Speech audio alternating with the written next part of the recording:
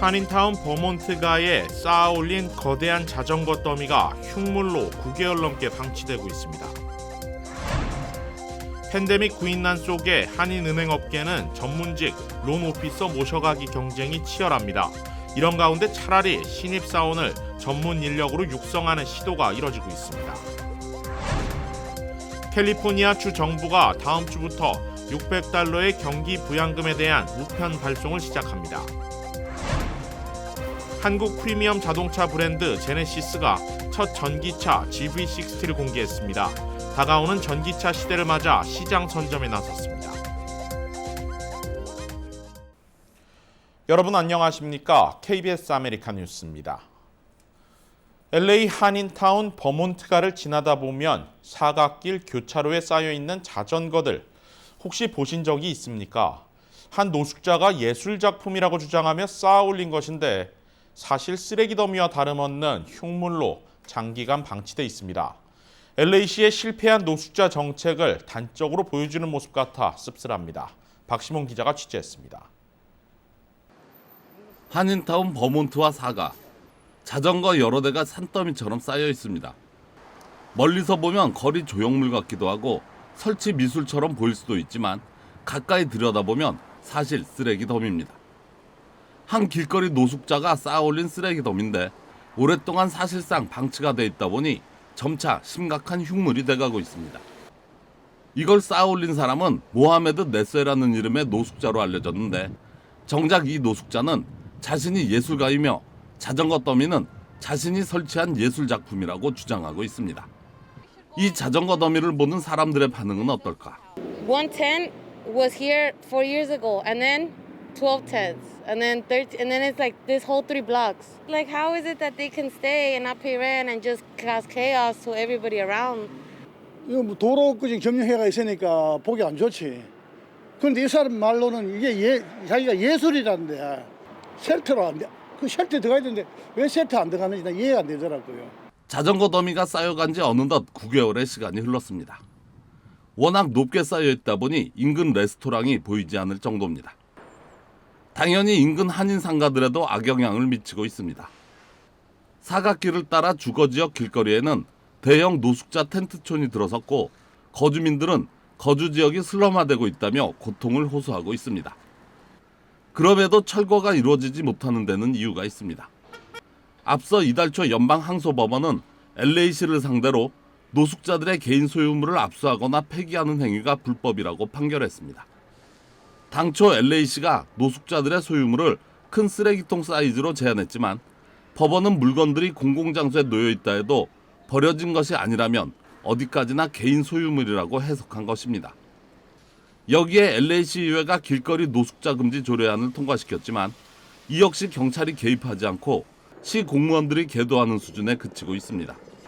자전거 더미가 있는 곳의 관할 지역구인 13지구 미츠오페럴 사무실 측에 따르면 이미 50차례 이상 공무원들이 해당 지역을 찾아가 노숙자 임시거처로 이전을 권고하는 등 계도 활동을 펼치고 있지만 강제 철거 등의 집행은 하지 못하고 있습니다. 이 사이 한인타운의 거리 곳곳은 점차 노숙자들이 점거한 상황입니다. LA시의 노숙자 정책을 원망하는 주민들의 원성도 점점 커지고 있습니다. KBS 뉴스 박시몬입니다. 한인은행들 사이에서 대출 전담 인력, 이른바 론 오피서가 귀한 몸으로 대접받고 있습니다. 마치 경쟁이라도 벌이듯 은행과 은행을 옮기는 이직 사례가 눈에 띄게 늘어났는데요. 상황이 이렇다 보니 은행들 입장에선 차라리 새로운 신입사원을 전문 인력으로 육성하는 방안을 시도하고 있습니다. 김경일 기자가 취재했습니다.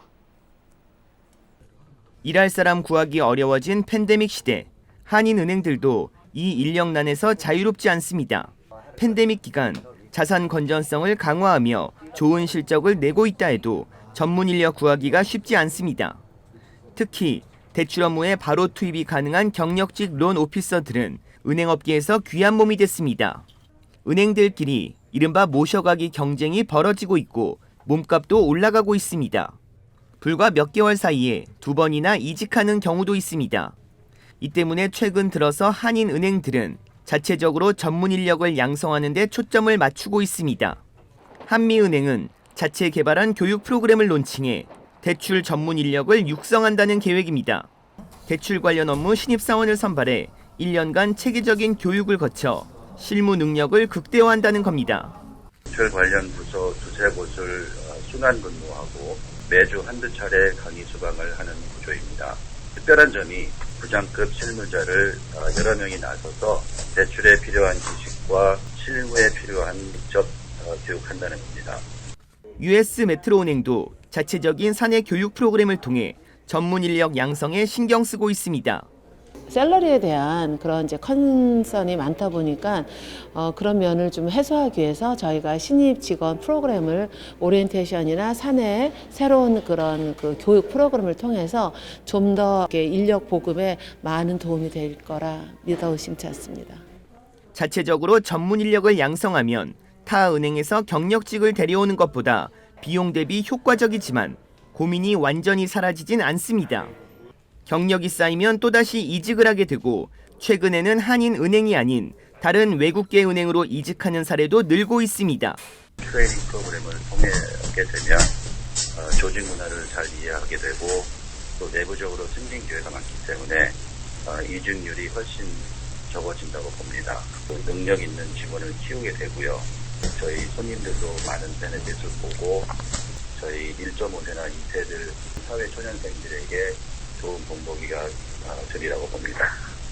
한인은행들 입장에선 당장의 실적이 중요하다 보니 경력직을 선호하는 경우가 많고 이 때문에 비경력직 또는 사회 초년생들에게는 전문직으로의 진입 장벽이 높고 일반 은행 업무에만 투입되고 있는 실정입니다. 최근 한인은행업계를 중심으로 일고 있는 자체 인력 양성에는 기업과 직원이 함께 성장한다는 분위기를 조성한다는 점에서 긍정적이지만 자체 인력 양성 외에 전문 인력이 장기 근속할 수 있는 인사 시스템을 만드는 일은 한인은행업계의 과제입니다. KBS 뉴스 김경일입니다. 다음 주부터 캘리포니아주의 경기 부양금 $600가 우편으로도 발송됩니다. 지급 기준은 개인 세금 보고 방식에 따라 구분됩니다. 자동이체 방식으로 세금을 환급받은 경우 $600가 은행 계좌로 곧바로 입금되지만 수표로 세금 환급 절차를 밟은 경우 우편을 통해 지급받게 되는 구조입니다. 지급 금액은 가구당 $600, 맞벌이를 한다고 해서 더 많은 지원금이 나오지는 않습니다. 하지만 부양 자녀가 있는 가정에는 자녀 수에 상관없이 $500가 추가돼 모두 $1,100를 받게 됩니다. 캘리포니아 주정부는 지금까지 250만 건 이상의 자동이체가 이뤄졌으며 우편 발송은 다음 달 6일부터 시작해 내년 초까지 순차적으로 이어질 계획임을 밝혔습니다. 우편 발송 일정은 거주지 우편 번호에 따라 달라집니다. 뒤에 세 자리로 구분짓는데 0번부터 44번 사이는 10월 6일부터 27일, 45번부터 220번 사이는 10월 18일부터, 221번부터 375번 사이는 11월 1일부터 11월 19일 사이 수표가 발송됩니다. 그리고 마지막으로 928번에서 999번 사이는 12월 27일부터 내년 1월 11일 사이 발송될 예정입니다. 한편 우편이 발송된 이후 수표를 받기까지는 3주가량이 소요될 것으로 보입니다. 캘리포니아 주 정부는 우편 발송과 별도로 자동이체 지급 역시 다음 달 말까지 이어간다는 계획입니다. 일반적으로 외계인을 뜻하는 단어인 에일리언을 외국인을 의미하는 단어로도 사용하죠. 영주권자 역시 레지던트 에일리언으로 표기돼 왔는데요. 그런데 이제부터 캘리포니아에서는 외국인을 지칭할 때 에일리언이라는 단어를 사용할 수 없게 됐습니다. 루즈 리바스 캘리포니아주 하원의원이 발의한 AB 1096은 공식적으로 에일리언이라는 용어 사용을 금지하고 이를 비시민권자를 뜻하는 non-citizen 또는 이민자를 뜻하는 이미그랜트로 대체할 것을 규정하고 있습니다. 주의회를 통과했고 지난 금요일 게빈 뉴섬 주지사가 서명하면서 정식 법으로 확정됐습니다. 앞서 캘리포니아주는 지난 2015년과 2016년 노동과 교육 관련 규정에서 이미 에일리언이란 단어 사용을 퇴출했는데 이번 법안 서명으로 관련 규정이 전 영역으로 확대됐습니다. 이와 더불어 연방정부 역시 에일리언의 단어를 금지시키는 것을 현재 추진 중입니다. 앞서 바이든 행정부는 지난 1월 의회에 제출한 이민 법안에 에일리언을 넌시리즌으로 대체한다는 내용을 포함시켰고 각종 이민 관련 용어에서 에일리언 단어를 삭제, 대체하는 방안을 추진하고 있습니다. LA 총영사관은 10월 3일 개천절이 끼어있는 10월 첫째 주를 한국 주간으로 지정하고 여러 공공기관들과 함께 한국 알리기 행사를 개최합니다. 총영사관은 오는 금요일 총영사 관저에서 외국 정부 공관 관계자들을 초청한 가운데 개천절 경축 리셉션 행사를 개최합니다. 지난해에는 코로나19 상황으로 개최하지 못했지만 올해는 한복 패션쇼와 전통주 시음 등 한국의 전통 문화를 알리는 행사로 준비하고 있습니다. 총영사관은 또 10월 5일과 7일 사이에는 LA 통합교육부 10개 학교를 대상으로 찾아가는 한국 문화 공연도 준비하고 있습니다. 중고등학생들을 대상으로 에세이 공모전, 청년 취업과 창업을 지원하는 세미나도 계획하고 있습니다. 그 밖에 LA 한국문화원과 교육원, 한국국제교류재단 LA 사무소도 자체적으로 한국 주간 행사를 펼칠 예정입니다. 2021 한국 주간 행사에 대한 자세한 개요는 LA 총영사관과 문화원, 교육원 홈페이지에서 확인할 수 있습니다.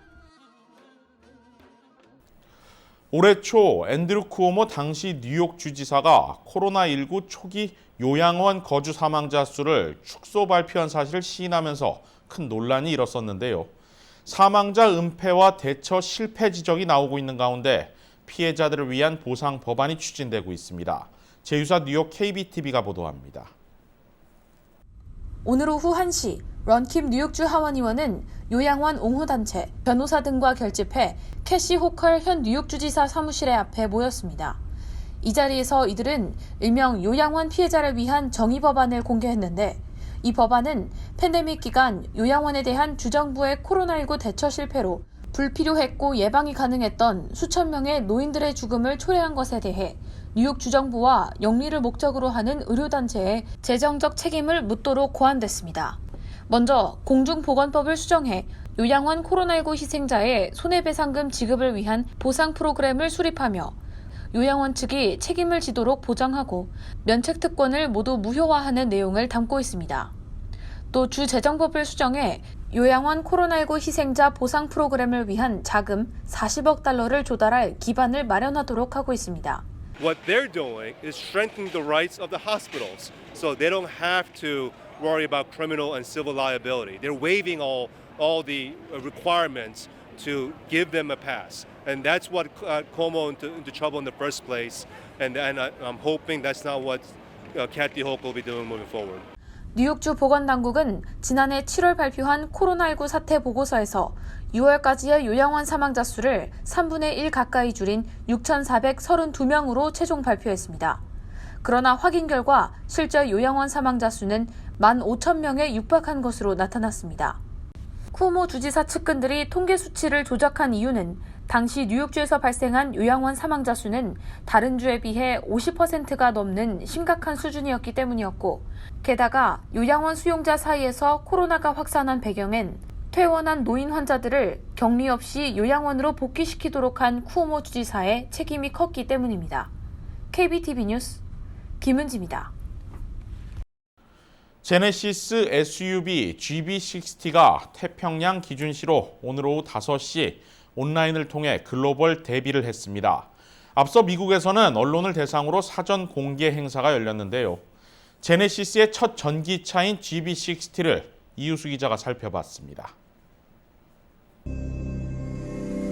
제네시스의 소형 SUV이자 첫 전기차 모델인 GV60가 오늘 글로벌 무대에 모습을 드러냈습니다. GV60는 전기차 전용 플랫폼 eGMP를 적용했습니다. 자동차 제조사들은 플랫폼 하나를 활용해 다양한 모델을 만들어낼 수 있습니다.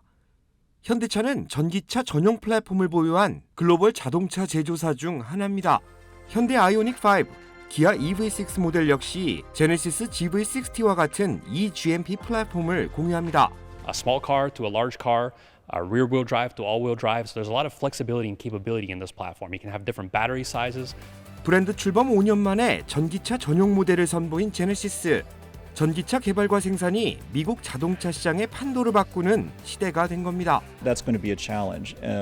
Electric cars may be the way to do it, but every car company is doing electric cars now. So Genesis has to do something to set itself apart. That's going to be a challenge, I think, in the U.S. market. 미국에서 전기차 시장의 성공 요인은 충전소와 같은 인프라의 구축입니다. 아무리 좋은 차가 개발돼도 활용성이 떨어지면 문제가 될 수 있기 때문입니다. 미국 전기차 시장 같은 경우는 지금 인프라 확보가 먼저 중요할 것 같고요. 지금 전기차를 만드는 모델이나 브랜드 같은 경우는 스타트업을 포함해서 굉장히 많습니다. 근데 문제는 이 많은 기업들에 나오는 자동차들을 소비자가 어떻게 선택해야 될 그런 부분들이 있는데요. 제네시스 GV60는 제네시스 브랜드의 방향성을 바꾸는 중요한 모델입니다. 프리미엄 브랜드의 품격을 유지하면서 에너지 절약과 실용성에 주력한 모델인데 앞으로 미국 자동차 시장에서 테슬라와 같은 전기차 브랜드와 경쟁을 펼쳐야 합니다. 제네시스는 오는 2025년부터 전기차 그리고 수소 전기차로 판매를 전향한다는 계획입니다. 앞으로 GV60가 전기차 전환의 중심점이 될 수 있을지 관심입니다. 파운틴밸리에서 KBS 뉴스 이우수입니다. KBS 아메리칸 뉴스는 시청자 여러분의 제보를 받습니다. 뉴스 마칩니다. 고맙습니다.